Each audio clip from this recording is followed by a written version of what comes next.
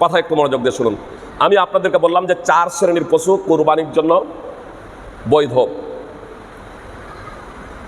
উট, গরু এবং ছাগল। কথা খুব মনোযোগ দিয়ে শুনুন। উট, গরু এবং ছাগল এগুলো মুসিন্না হতে হবে। মুসিন্না ছাড়া, মুসিন্না কাকে বলে আমি বলছি, মুসিন্না ছাড়া কুরবানি দেওয়া যাবে না। ভেড়ার ক্ষেত্রে যদি জাজাও যদি হয়, মুসিন্না না হয় জাজা ভেড়ার ক্ষেত্রে, তাহলে আপনার সেটা বৈধ।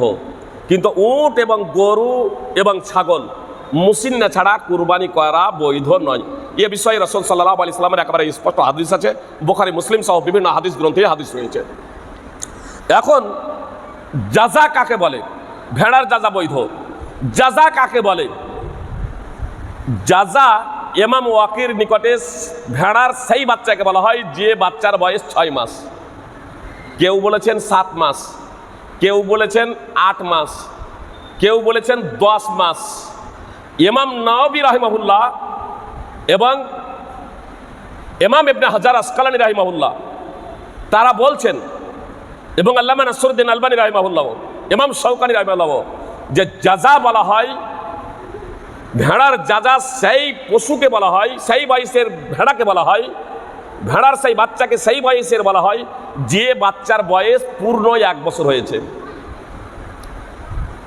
ইমাম নাওয়াবী এবং ইমাম ইবনে হাজার আসকালানী তারা বলছেন যে অভিধানবিদগণ এটাই বলেছেন যে ভেড়ার বাচ্চার বয়স 1 বছর হয়েছে, পূর্ণ 1 বছর, তাকে জাজা বলে। তাহলে জাজার জন্যই 1 বছর ভেড়ার। ছাগল, ছাগলের জাজা কাকে বলে?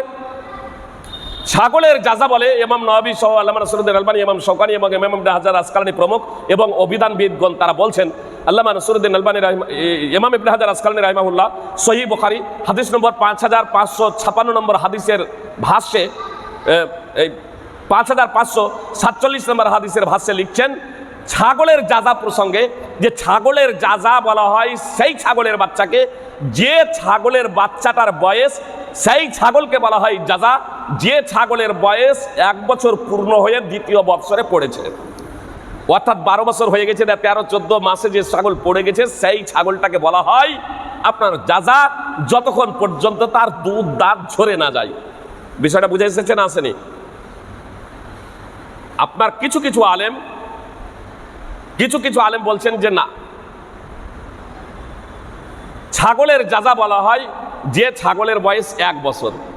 কিন্তু আমি আপনাদের বললাম যে অভিধানবিদগণ এবং অনেক মুহাদ্দিস, ইমাম ইবনে হাজার আসকালানী, ইমাম নাওয়াবী এবং অধিকাংশ ধর্মীয় পণ্ডিতগণ বলছেন যে ভেড়ার যখন বাচ্চা হয় 1 বছর হয় তখন তাকেই জাজা বলে।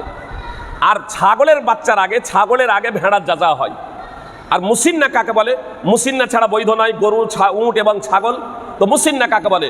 মুসিন্না প্রসঙ্গে লিখছেন যে মুসিন্না হলো সেই পশু যে পশুর দুধ দাঁত ঝরে যায়, যে পশুর দুধ দাঁত ঝরে যায় সেই পশুকে মুসিন্না বলে। কোনো পশুর এই সামনের দুধ দাঁত আপনার ঝরে গেছে, ভিতর থেকে যখন দাঁত যখন বের হয় গজায়, তখন দুধ দাঁত ঝরে যায়, যাকে আমরা দাঁতা বলি। তো দাঁত ঝরে গেলেই আপনার সেটা কুরবানির জন্য প্রযোজ্য হয়ে যায় সকলের ঐক্যমতে। উট, গরু এবং ছাগলের ক্ষেত্রে আপনার দুধ দাঁত ঝরে যাওয়াটা হচ্ছে শর্ত। তার কারণ আবু বুরদা বিন নিয়ার রাদিয়াল্লাহু তাআলা আনহু একদা তার কুরবানির ছাগলটাকে ঈদের নামাজের আগে কুরবানি করে দিয়েছিলেন, ঈদের নামাজের আগে জবাই করে দিয়েছিলেন, কুরবানি করে দিয়েছিলেন। তিনি জানতেন না যে ঈদের নামাজের আগে কুরবানি করা যাবে না, কুরবানির ছাগলটা ঈদের নামাজের আগে। নবী সাল্লাল্লাহু আলাইহি সাল্লাম খুতবা দিলেন, ঈদের মাঠে সর্বপ্রথম ঈদের নামাজ পড়লেন, তারপরে খুতবা দিলেন। খুতবা দিতে গিয়ে মুহাম্মদ সাল্লাল্লাহু আলাইহি সাল্লাম এই কথা বলেছিলেন, যারা ঈদের নামাজের পরে কুরবানি করবে তো তাদের কুরবানি হবে, আর যারা ঈদের নামাজে, যে কেউ ঈদের নামাজের আগে কুরবানি করেছে ওয়ালা নুসুক আলাহ, তো তার কুরবানি হয়নি। তখন আবু বুরদা দাঁড়িয়ে গেলেন, বললেন, আল্লাহ রাসূল সাল্লাল্লাহু আলাইহি সাল্লাম, আমি আমার কুরবানির পশুটা জবাই করেছি, আমি মনে করেছি আজকে পানাহারের দিন, এজন্য কুরবানির পশুটা জবাই করেছি। আকাল তো ও আতাম তো আহলি ওয়া জিরানি, আমি নিজে খেয়েছি, আমার পরিবারকে খাইয়েছি, পাড়া প্রতিবেশী খাইয়েছি। নবী সাল্লাল্লাহু আলাইহি সাল্লাম বললেন, শাতুকা শাতুলাহাম, তোমার ছাগল গোশতের ছাগল হয়েছে, তুমি কুরবানির সওয়াব পাবে না। ঈদের দিনই জবাই করেছেন, কিন্তু আল্লাহ রাসূল সাল্লাল্লাহু আলাইহি ওয়াসাল্লাম বললেন, তুমি কুরবানির নেকি পাবে না, তোমার এটা গোশতের ছাগল হয়েছে। তখন তিনি বললেন যে আল্লাহ রাসূল, আমার কাছে একটা ছাগল আছে, কিন্তু এই ছাগলটা, যে ছাগলটা আছে জাজা, মুসিন্না নয়, কিন্তু মুসিন্না থেকে ভালো। মুসিন্না থেকে ভালো। কোনো বর্ণনায় আছে গোস্তের দুটা ছাগল থেকেও ভালো। যাজা এখনো মুসিন্না হয়নি, কিন্তু মুসিন্না থেকে ভালো। তো নবী সাল্লাল্লাহু আলাইহি সাল্লাম বললেন, ইদ বাহা ওয়ালান তাজজিয়ান আহাদিম বাদাক, তুমি ওই যাজাটাকে, এই ছাগলের যাজাটাকেই তুমি জবাই করে দাও, কিন্তু তোমার পরে আর কারোর জন্য ছাগলের যাজা বৈধ নয়। মুসিন্না হতে হবে, যাজার বৈধ নয়। এবার যাজার বয়সকে, যাজা কাকে বলে বুঝতে পেরেছেন?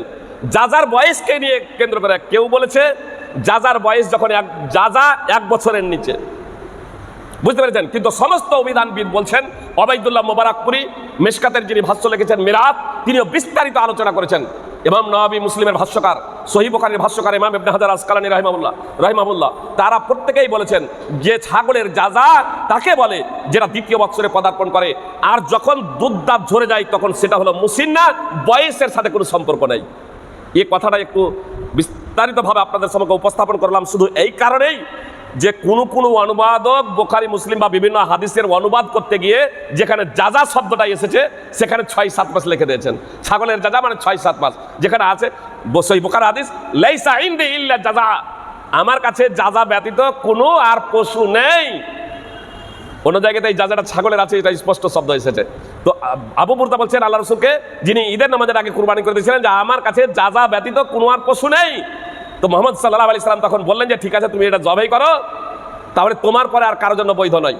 এবার একাধিক সমস্ত হাদিসগুলোকে যদি একত্রিত করা হয়, তিনি বলছেন 2টি ছাগলের থেকেও এটা হচ্ছে উত্তম। গোস্তের 2টি ছাগল হতে মানে এই যাজাটা একবারে হৃষ্টপুষ্ট মোটা তাজা, এমনকি মুসিন্না থেকে উত্তম। একবার স্পষ্টভাবে তিনি বলেছেন খায়রুম মিন মুসিন্না, মুসিন্না থেকেও এটা হৃষ্টপুষ্ট, মুসিন্না থেকেও এটা ভালো, এটা হচ্ছে উত্তম। তো আল্লাহ রাসূল সাল্লাল্লাহু আলাইহি সাল্লাম বললেন ঠিক আছে, তুমি এটাকেই জবাই করো, ওয়ালান তাজজিয়ান আহাদিম বাদা, কিন্তু তোমার পর আর কারোর জন্য বৈধ নয়। যেখানে যাজা অভিধানবিদগণ এবং অধিকাংশ ধর্মীয় পণ্ডিতগণ বলছেন যে ছাগলের যাজা পূর্ণ 1 বছর হয়ে যখন দ্বিতীয় বৎসরে পদার্পণ করে, এমনকি ভেড়ার যাজার ক্ষেত্রে বলেন যখন পূর্ণ 1 বছর যখন হয়, আর এটাই হচ্ছে মশহুর এবং খ্যাত। সেখানে কিছু কিছু অনুবাদকেরা করেছেন কি, আপনার মুসিন্নের ক্ষেত্রে বলে দেখেন ছাগলের মুসিন্না হলো 1 বছরের, ছাগলের মুসিন্নের ক্ষেত্রে বলে দেখেন যে 1 বছরের, অথচ এটাকে যাজা 1 বছরের হলে 1 বছরের দ্বিতীয় বছরে যখন হয় তখন যাজা হয়। আর ভেড়ার যাজা এই ক্ষেত্রে অধিকাংশ রেজালবিদ এবং অভিধানবিদগণ বলছেন যে 1 বছর যখন পূর্ণ যখন হয় তখন সেটা ভেড়ার যাজা হয়, ছাগলের যাজা যখন দ্বিতীয় বছরে পদার্পণ করে। এ বিষয়ে আমাদের সতর্ক থাকা একান্ত কর্তব্য।